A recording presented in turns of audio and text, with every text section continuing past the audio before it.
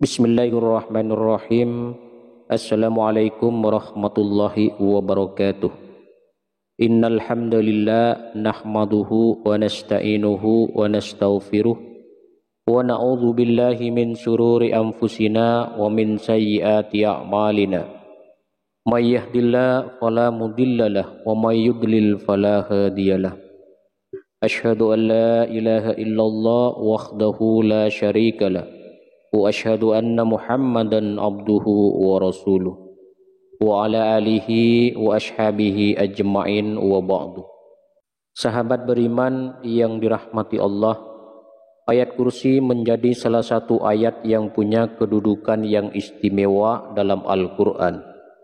Bahkan beberapa keutamaan dijanjikan bagi yang membaca ayat ini dengan rutin. Pada dasarnya tidak ada larangan waktu bagi seseorang untuk membaca ayat kursi. Sebab semua waktu yang digunakan untuk membaca Al-Quran bernilai baik di mata Allah Subhanahu wa Ta'ala. Namun beberapa ulama menganjurkan beberapa waktu yang lebih utama untuk seseorang membaca ayat kursi. Berikut ini ada 3 waktu terbaik untuk membaca ayat kursi. Yang pertama adalah selesai sholat fardu. Bila ayat kursi dibaca usai mengerjakan sholat fardu 5 waktu, maka Allah Subhanahu wa Ta'ala akan melindunginya hingga tiba sholat berikutnya. Selain itu, Allah juga akan mempersiapkan surga bagi para pengamalnya. Hal ini sesuai dengan hadis Rasulullah Sallallahu Alaihi Wasallam.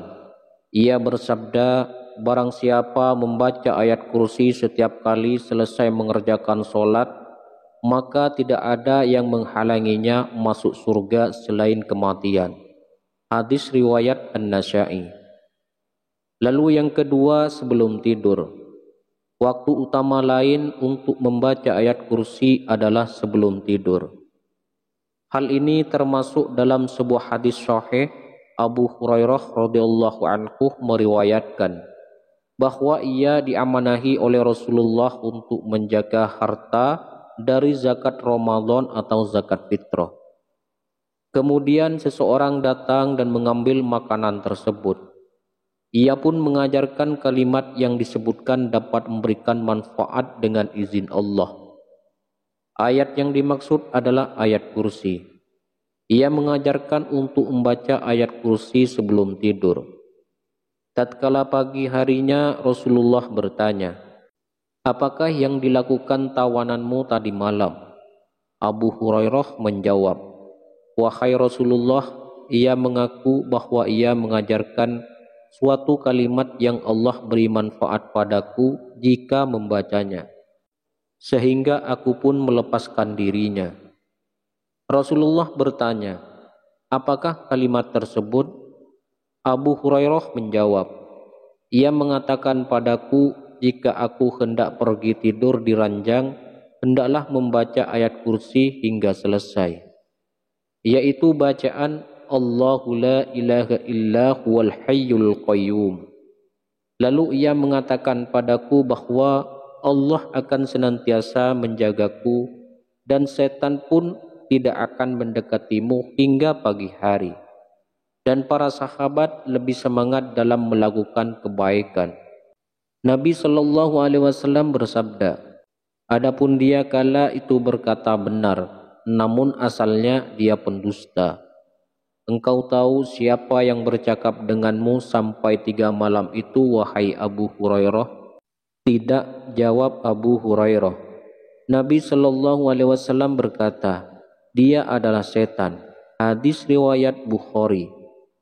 Kemudian yang ketiga, menjelang pagi dan sore hari. Dalam Ad-Durur Mansur disebutkan bahwa ayat kursi adalah sebesar-besarnya ayat dalam kitabullah. Kemudian ayat kursi merupakan salah satu ayat dari surah Al-Baqarah. yang bila dibaca pada waktu sore hari akan dipelihara dari gangguan setan hingga pagi harinya.